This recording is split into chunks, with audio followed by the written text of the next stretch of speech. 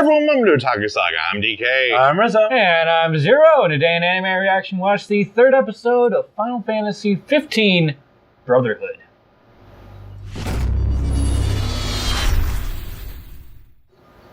If you want to check out our reaction to the third episode of Final Fantasy 15 Brotherhood, hit that link in the description below. Yep, and be sure to leave us a comment in the comment section because we love hearing from you. And as always, if you like what you see, subscribe to Otaku Saga. And don't forget to like and share our videos. And thanks for watching.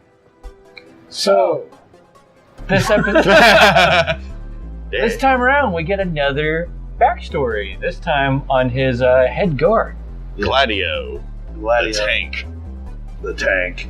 Yeah, so I mentioned it in the reaction. I really like the way that they're doing this, where not only do they have the single episode for each of the guys, but it's in that episode, it's also giving character development for Noct, so that he's not just the normal kind of whiny character.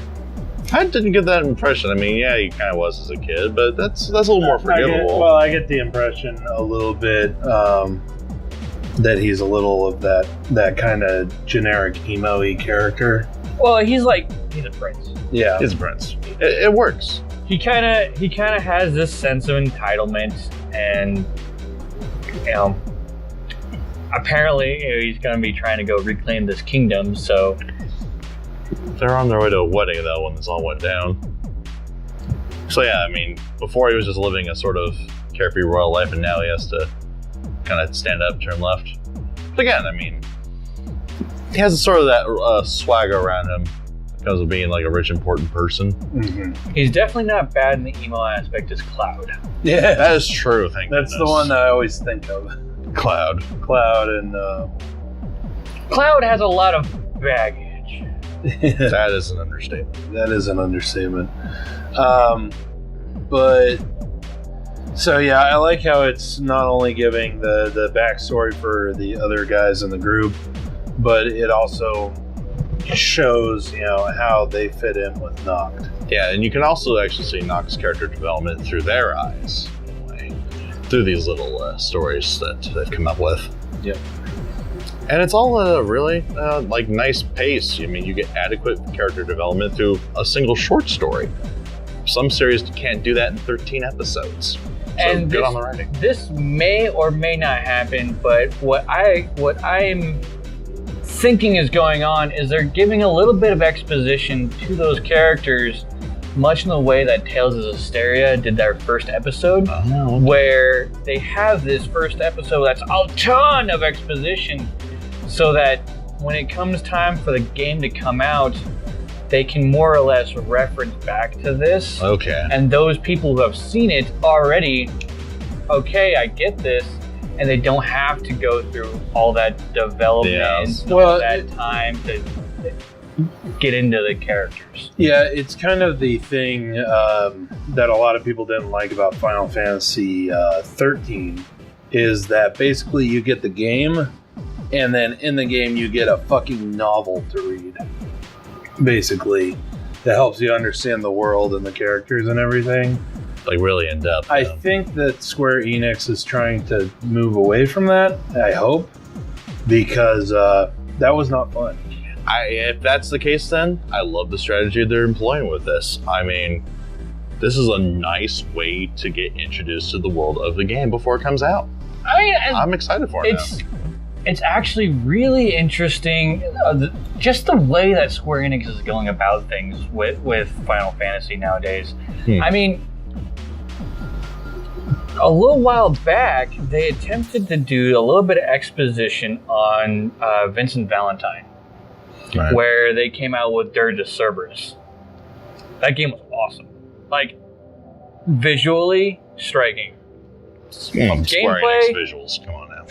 Yeah, the gameplay was bad. Gameplay sucked, but the visuals and the story that it gave you explained Vincent. That's it. That's the entire point of the game, was to explain Vincent, and they do it rather well. I mean, nowadays you can just go online and look up all the cutscenes from the game, and you got all the backstory right there. It actually kind of reminded me, you talking about Dirge of Cerberus, reminded me of a joke thrown around by Yatsu from The Escapist, Zero Punctuation. Square Enix nowadays just wants to make movies. Yeah, that seems to be the old deal. I think Square Enix is moving away from that. Well, I think for this game, because of all the stuff that I've seen, they're really trying to incorporate the two. Yeah. Like the graphics are like really high quality, up there with their movies. What you'd expect of the current generation of consoles. Yeah. And I mean, it's. But doing by putting in your exposition in an anime like this, it gives you the opportunity to actually just incorporate a lot more gameplay elements into the actual game itself. And this isn't the first time that they've done an anime. They actually did one for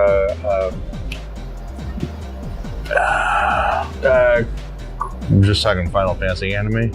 yeah. They did Final Fantasy Unlimited. Yeah, there was a little back. skit that they did for Final Fantasy VII where they ran through some of Zack and Cloud's story in between the events of what was it? Crisis Core? Crisis Core. And the events of Crisis Core and actual Final Fantasy VII. They did an anime that was like only 5 episodes long. Little OVA kind of like this? Yeah. Okay. So it's not the first time. I think that first anime kind of sucked, but it still gave the story. And here it just This is completely awesome because, like, not only has the story been written well, but they've also employed A1 Pictures Damn. to do a fantastic job animating this. So, I mean, just the combination of those two is why we're hyped for this and the game. So, yeah. but anyway, so let us know what you thought of the anime and what you thought of our reaction in the comment section below. Yep, thumbs up if you like it, thumbs down if you don't. But that's going to do it for this episode of Anime Reaction. As always, I'm DK. I'm Zero. And I'm Rizzo. See you next time.